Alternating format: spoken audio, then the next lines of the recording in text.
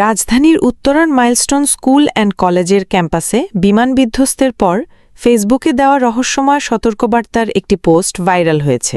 গতকাল রবিবার anonymous main page নামের ভেরিফায়েড একটি পেজে ওই পোস্ট দেওয়া হয়।